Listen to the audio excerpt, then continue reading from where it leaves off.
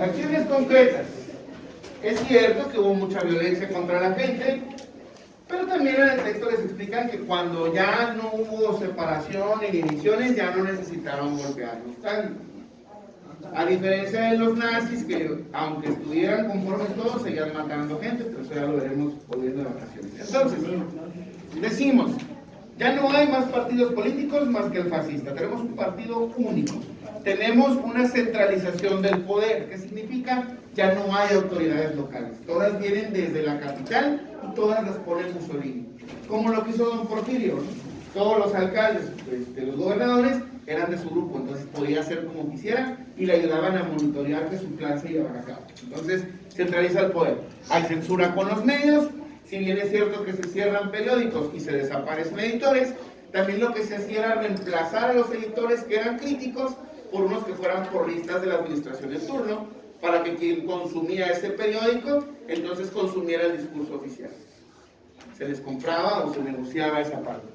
La educación, los libros de texto, se modificaron, donde entonces la figura de Mussolini, conocido como el duce, o el líder, o el caudillo, se volvió la parte medular, la historia del Imperio Romano, la grandeza de Italia, la necesidad de guerra, ¿no? Eso se comenzó a meter en las mentes de los jóvenes italianos para exacerbar ese nacionalismo extremo.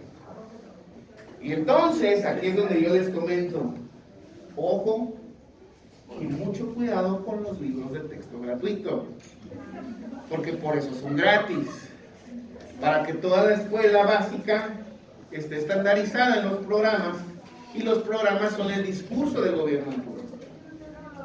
Y por eso nosotros tenemos libros de texto desde los tiempos del PRI, en los 60s, que decían que Porfirio Díaz fue el maldito villano de la historia de México, que nos hizo tanto daño, y cuando veíamos los aciertos de esa administración, se escondían esos datos y nada más se hablaba de la mala figura de Porfirio y que la revolución era la buena, porque de la revolución surge el PRI.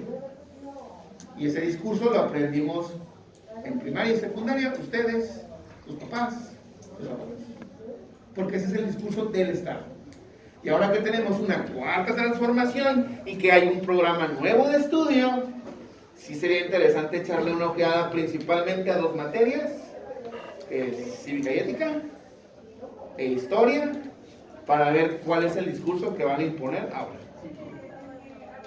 Por algo sus libros son gratis, muchachos. Entonces, no nos hace daño echarles un ojito y ver cuál es la agenda, ¿no? Y están digitalizados todos. Bueno, también en la educación, los maestros tenían que ir correctamente uniformados, tenían que dar el discurso fascista, y yo sé que a ustedes les encantarían esos tiempos porque los estudiantes denunciaban al maestro que no fuera así. Decían, es que este maestro no es fascista porque nos está hablando de otras ideas, y entonces al maestro se le llamaba la atención. Si el maestro no entendía, amablemente se le daban unas muestras de afecto, ¿no?, para que se alineara otra vez. Entonces la educación era vigilarla en 2 días, el maestro al alumno y el alumno al maestro.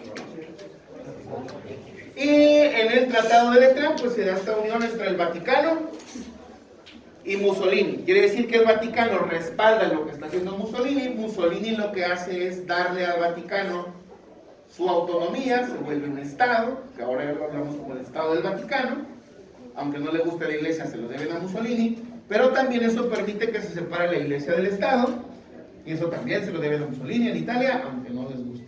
¿Sí? A la Iglesia no le gustan muchas cosas, ¿no? De cuenta de que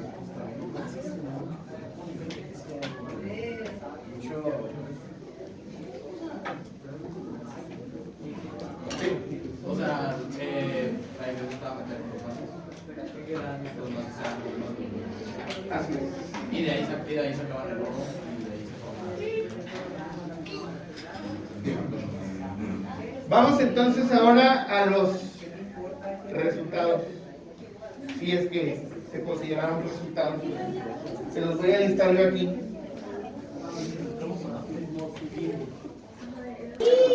Ya para cerrar esta parte, medio resultados a medias, ¿no? Fomentó la industria, Mussolini, porque ahora hubo más empresas, sí, es cierto, Sería como los resultados. Los primeros son los resultados positivos, los últimos tres son los fracasos, pero igual son resultados. Entonces, decimos, fomentó la industria, sí creció. Eso ayudó también a que se redujeran las importaciones, tanto de materia prima como de productos elaborados, ya que también se impulsaron las actividades agrícolas, como la del trigo.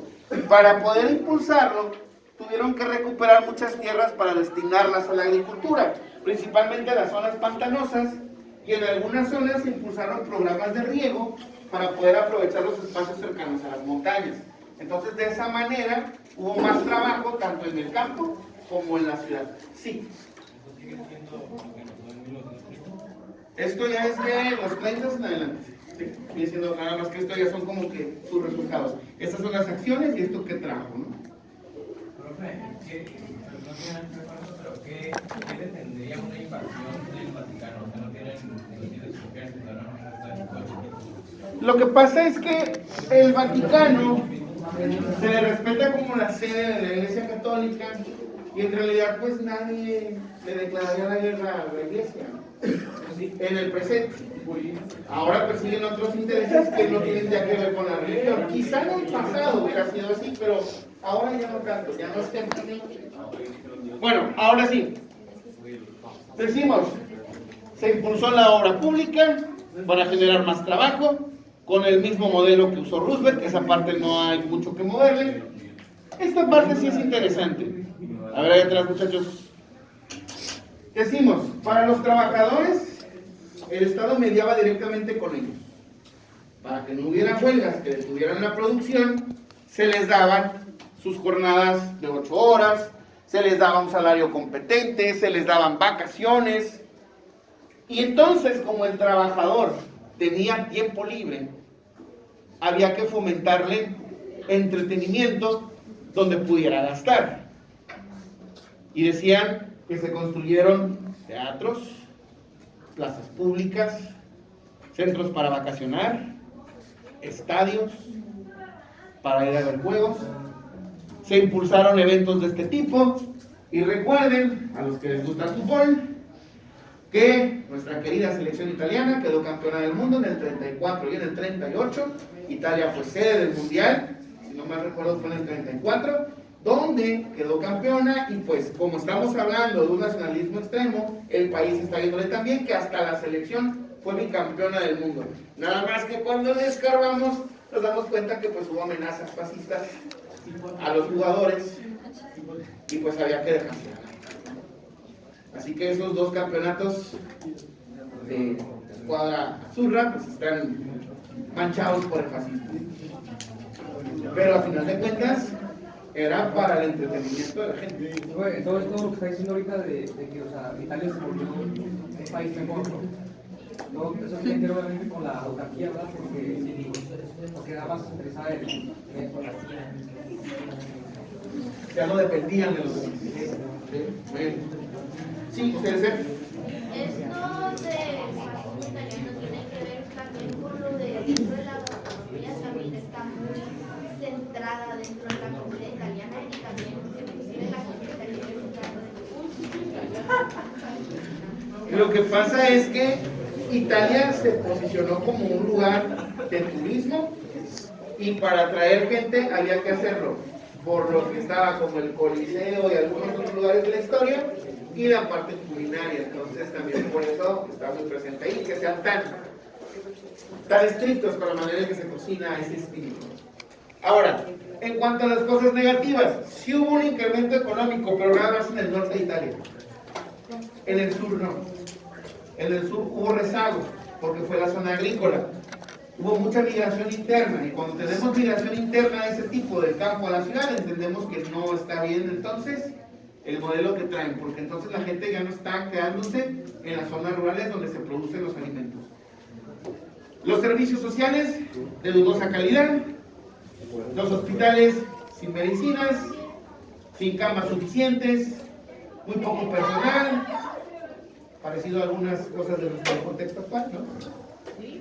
Y por último tenemos la ineficiencia y corrupción del gobierno, y aquí cerramos.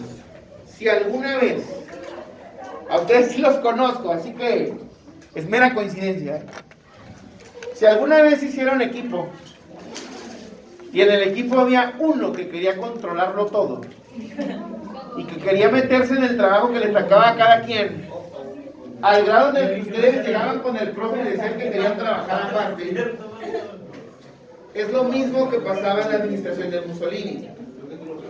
Mussolini microgerenciaba todo. Luego sacamos ahí nuestras experiencias. Mussolini microgerenciaba todo. Se metía en todos los asuntos. En todos lados quería mandar. Entonces daba orden tras orden tras orden, pero eran tantas las que daban que ya no le quedaba tiempo de regresar a ver que se hicieran como le dijo las cosas. Porque eso pasa cuando uno anda microgerenciando todo. ¿Qué es lo que sucedía? Él daba orden, la gente le decía sí, cuando se iba hacían lo que les daba la gana. Los que integraban el fascismo eran las élites, y para que los ricos fueran más ricos había que hacer contratos ventajosos llevándose al resto de la población de calle, pero como no los veían podían robar como querían. Por eso decimos que de todos los totalitarismos el de Mussolini es el más mediocre, porque era mucha imagen, pero la gente solo fingía. Es como así, dejen lo que él diga esto y el otro, cada quien hace lo que le pega la mano, porque no está aquí para verlo. Entonces, lo que sí tiene de importante es que Mussolini con este proyecto fascista va a influenciar a su símil en Alemania, que lo verá como un mentor para aplicarlo y sacarlo de otra crisis, que eso será lo que ustedes revisarán para cuando volvamos de vacaciones. Regresando de vacaciones, pues vamos a centrar a hablar de los nazis. ¿Por qué era lo del trabajo? ¿Esto? La recreación, los impulsos recreativos. Bonitas vacaciones, aprovechen sus 2 semanas. Nada más le vamos a dar la palabra a Valle.